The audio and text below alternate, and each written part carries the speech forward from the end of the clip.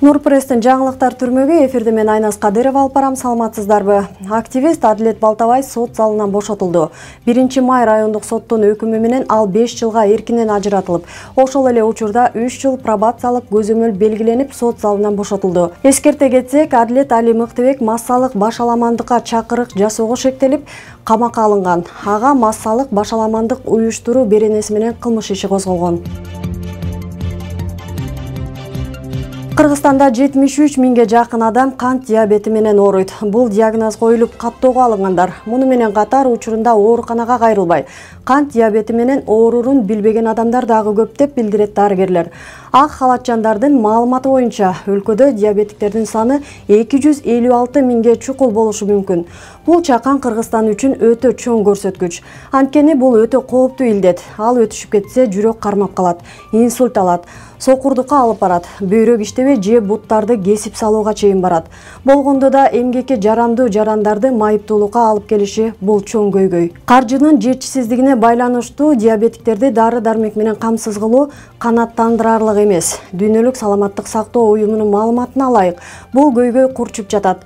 Дүйнө жүзү боюнча 422 миллион киши диабет менен жашайт. Ооруга туш болгондор 40 жыл мурдагыга салыштырганда 4 эсеге көбөйгөн.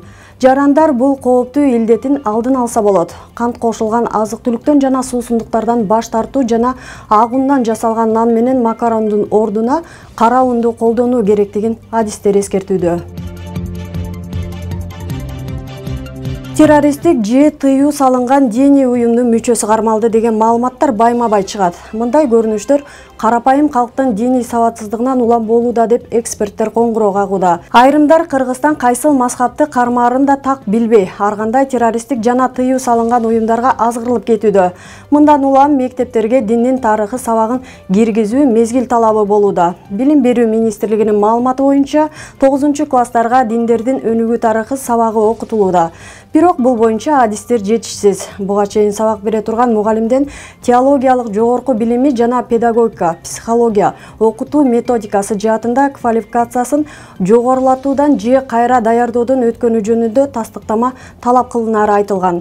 Эгер кадрлар жетишпесе, тарых мугалимдеринин квалификациясын жогорулатуу курсунан өтүп, анан ушул сабакты өтө алат дешкен. Эгер мамлекет тараптан мектептерде дин таанууга терең көңүл бурулса, көз караштардын кагылышын, жаштарды террористтик уюмдарга кирүүсүн алдын алса болот.